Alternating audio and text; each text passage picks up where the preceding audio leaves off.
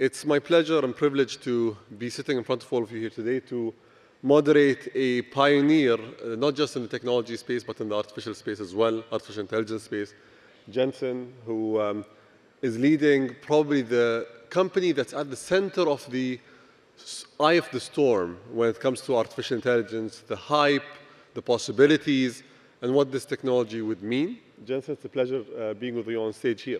Thank you. It's great to be here. What an amazing conference. I just want to say that we really appreciate you taking the time, especially since you have GTC in 6 weeks. In 6 weeks, I'm going to tell everybody about a whole bunch of new things that we've been working on. The next generation of AI. Every single year, they just push the envelope when it comes to artificial intelligence and GTC. So we're hoping to get a few snippets out of this. Okay. So I'd like to start with a question that was going on in my mind. How many GPUs can we buy for $7 trillion? Well, apparently all the GPUs. I think this is one thing I'm waiting to ask Sam about, because it's a really big number. Talk about ambition. We have a lot of ambition here in the UAE. We don't lack ambition. But is there a view that you can give the government leaders today with regards to compute capabilities and artificial intelligence? How can they plan well? Where do you think the deployment is going to make sense? And what advice do you have? Well, first of all, these are amazing times. These are amazing times because we're at the beginning of a new industrial revolution. Production of energy through steam, production of electricity, IT and information revolution with PC and internet, and then now artificial intelligence. We are experiencing two simultaneous transitions, and this has never happened before. The first transition is the end of general purpose computing and the beginning of accelerated computing. It's like specialized computing. Using CPUs for computation as the foundation of everything we do is no longer possible. And the reason for that is because it's been 60 years. We invented central processing units in 1964, the announcement of the IBM System 360. We've been riding that wave for literally 60 years now. And this is now the beginning of accelerated computing. If you want sustainable computing, energy-efficient computing, high-performance computing, cost-effective computing, you can no longer do it with general-purpose computing. You need specialized, domain-specific acceleration. And that's what's driving at the foundation our growth, accelerated computing. It's the most sustainable way of doing computing going forward. It's the most energy efficient. It is so energy efficient, it's so cost effective, it's so performant that it enabled a new type of application called AI. The question is, what's the cart and the horse? You know, first is accelerated computing and enabled a new application. There's a whole bunch of applications that are accelerated today. And so now we're in the beginning of this new era. And what's going to happen is there's about $1 trillion worth of installed base of data centers around the world. And over the course of the next 4 or 5 years, we'll have $2 trillion worth of data centers that will be powering software around the world. And all of it's going to be accelerated. And this architecture for accelerated computing is ideal for this next generation of software called generative AI. And so that's really at the core of what is happening. While we're replacing the installed base of general purpose computing, remember that the performance of the architecture is going to be improving at the same time. So you can't assume just that you will buy more computers. You have to also assume that the computers are going to become faster. And therefore, the total amount that you need is not going to be as much. Otherwise, the mathematics, if you just assume, you know, that computers never get any faster, you might come to the conclusion we need 14 different planets and 3 different galaxies and, you know, four more suns and to fuel all this. But obviously, computer architecture continues to advance.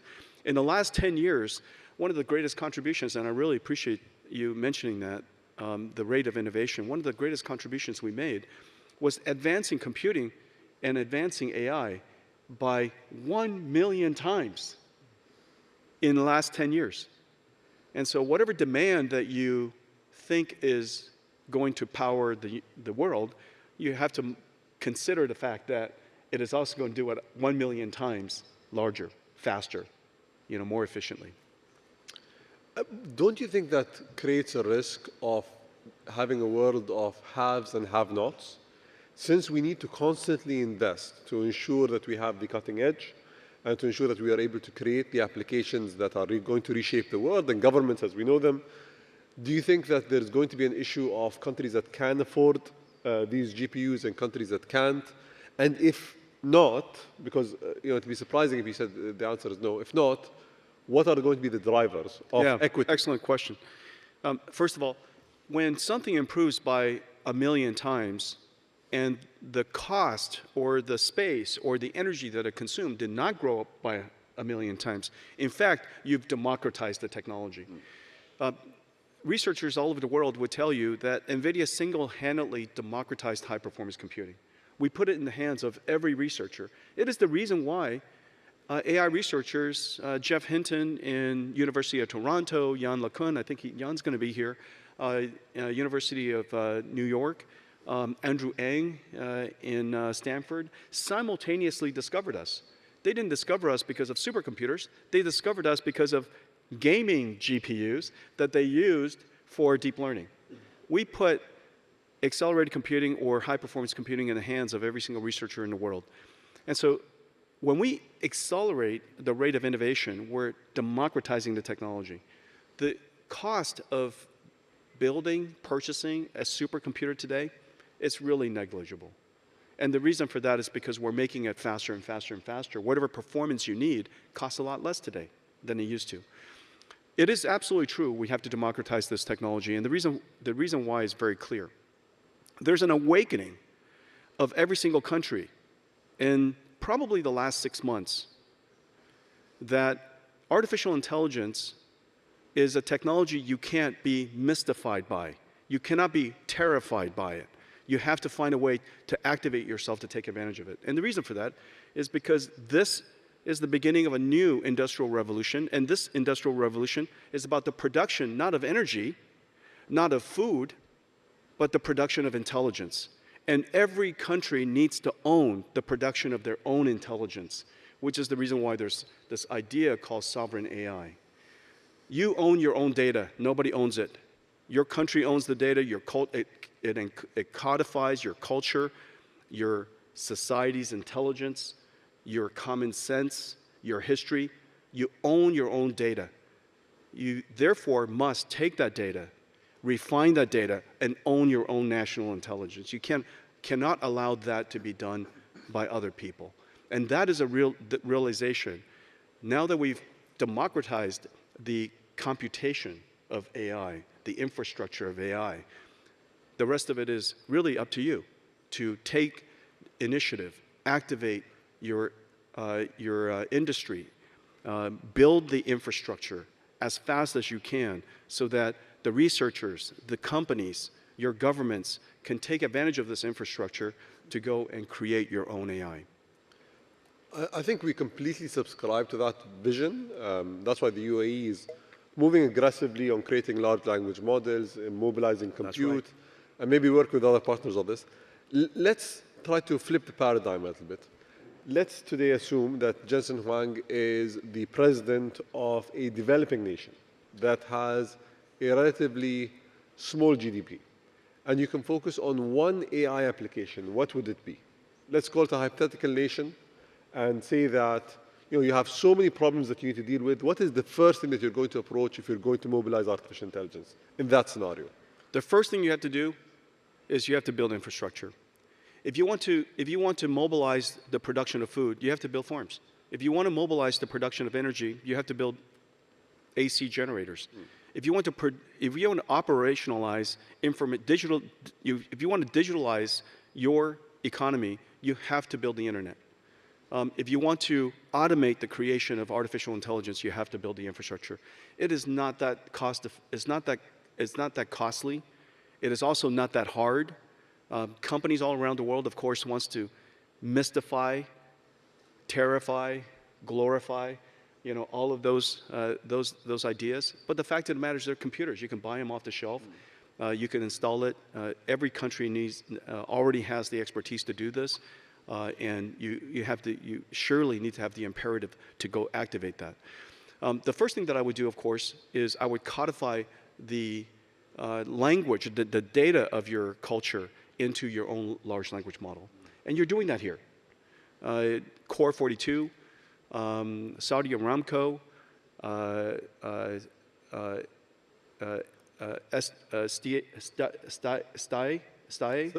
Sadai, really doing important work to codify the Arabic language and creating your own large language model. But simultaneously, remember that AI is not just about language. We're seeing several AI revolutions happening at the same time. AI for language, AI for biology, learning the language of proteins and chemicals, AI for physical sciences, learning the AI of climate, materials, energy discovery, AI of IoT, the language of keeping places safe, computer vision and such, AI for IoT, AI for robotics and autonomous systems, manufacturing and such. There's AI revolutions happening, AI great breakthroughs happening in all of these different domains. And if you build the infrastructure, you will activate the researchers in every one of these domains. Without the internet, how can you be digital? Without farms, how can you produce food? Without an AI infrastructure, how can you activate all of the researchers that are in your region to go and create the AI models? You touched upon the issue of, I would say, authentic ignorance, the fear-mongering, AI taking over the world. And I think there is a requirement for us to clarify where the hype is real and where artificial intelligence really has the power to create a lot of disruption and to harm us, and where AI is going to be good. What do you think is the biggest issue when it comes to artificial intelligence right now? Because I think the problem of regulating AI is like trying to say we want to regulate a field of computer science or regulate electricity. You don't regulate electricity as a invention or as a discovery. You regulate a specific use case. What is one use case that you think we need to regulate against and that government should mobilize towards? Excellent question.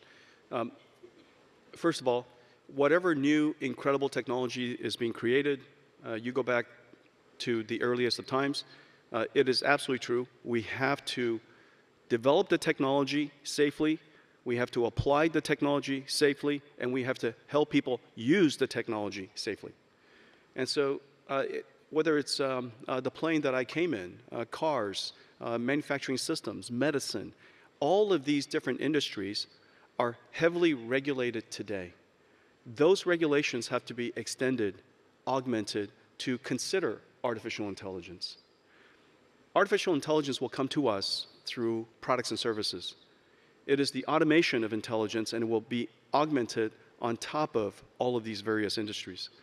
Now, it is the case that there are some interests to scare people about this new technology, to mystify this technology, to encourage other people to not do anything about that technology and rely on them to do it. And I think that that's a mistake. We want to democratize this technology. Let's face it, the single most important thing that has happened last year, if you were to ask me, the one single most important event last year and how it has activated AI researchers here in this region, it's actually Llama 2.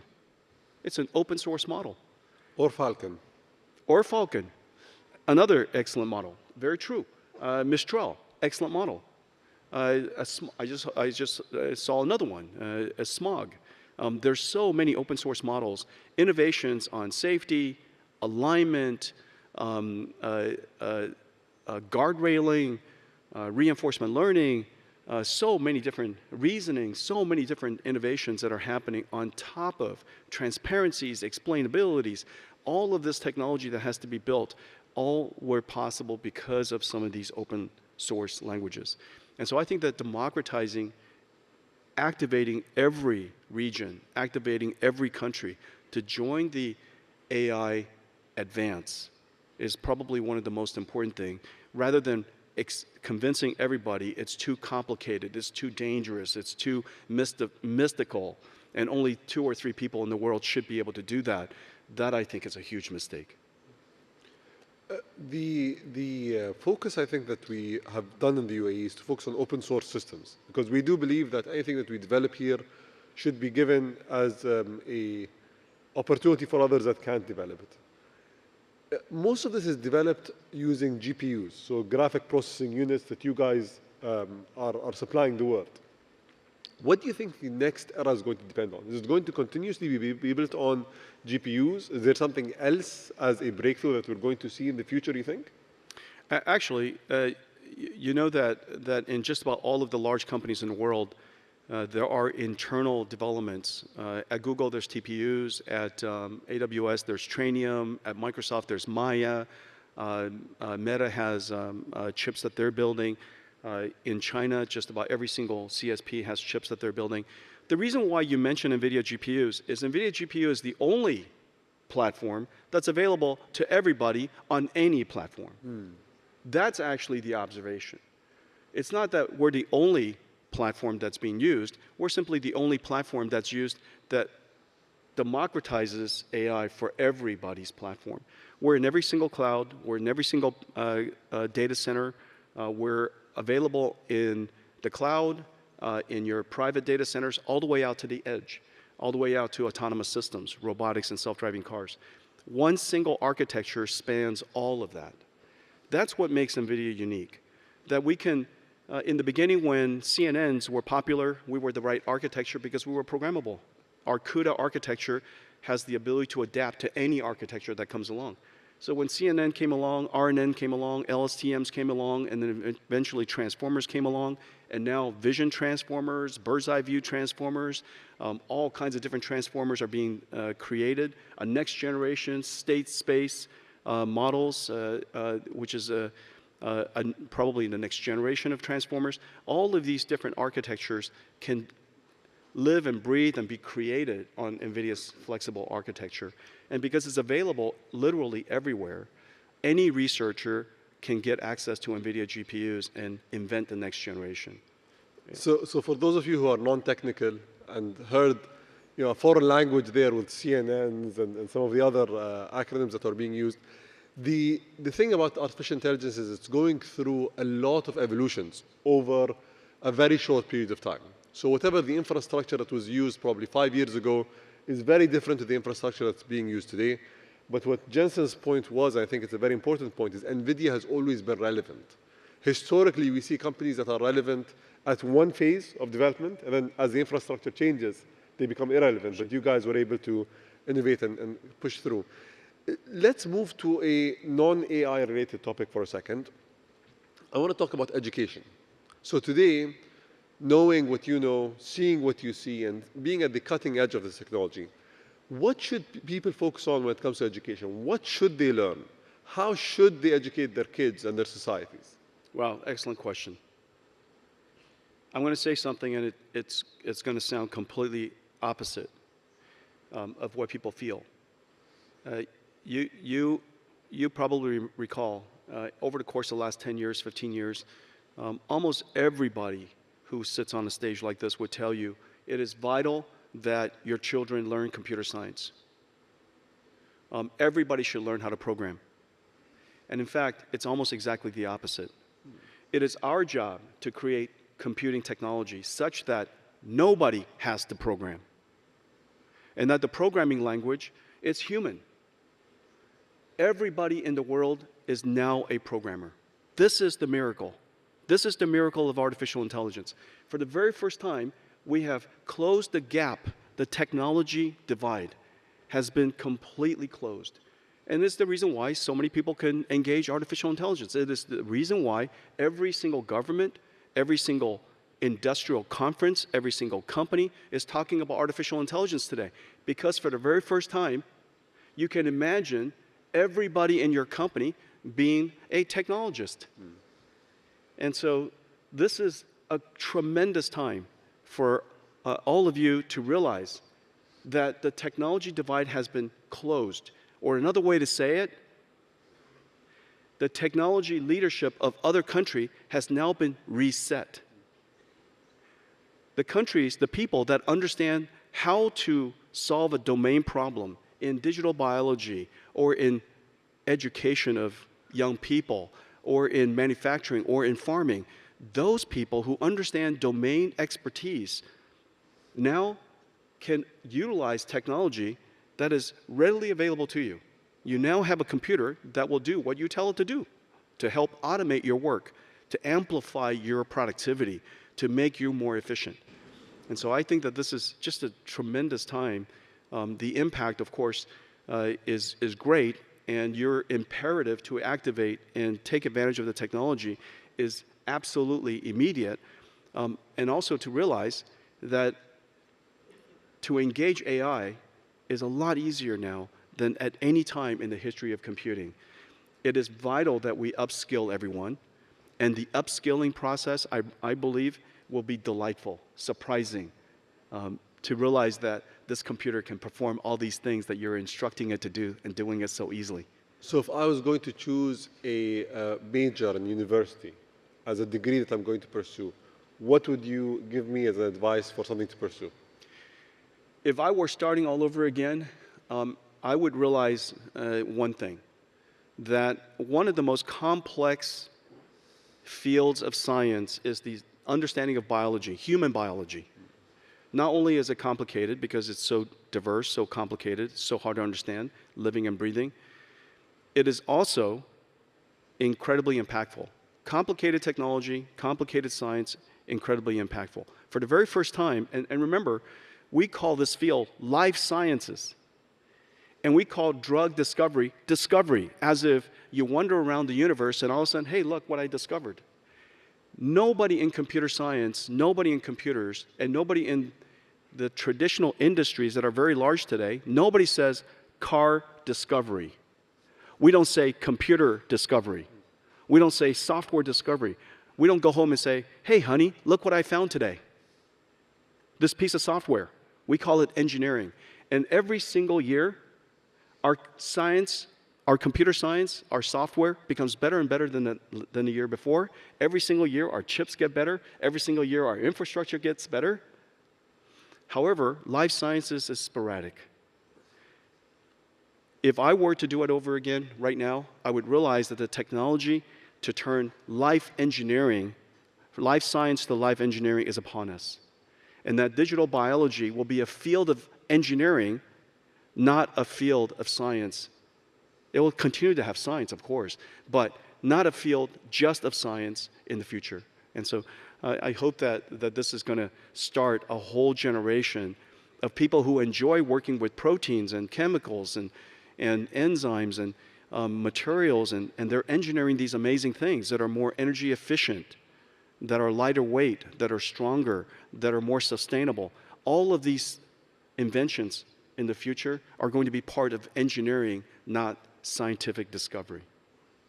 So I think we can end with a very positive note. Hopefully we're going to enter an era of discovery, an era of proliferating a lot of the things that unfortunately today are challenges to us, whether it's disease, whether it's limitations and resources. Thank you so much, Jensen, for taking the time and being with us. And I know that we could have continued for another hour, but thank you for taking the stage, and thank you for your insights. Thank you. Thank you, everyone.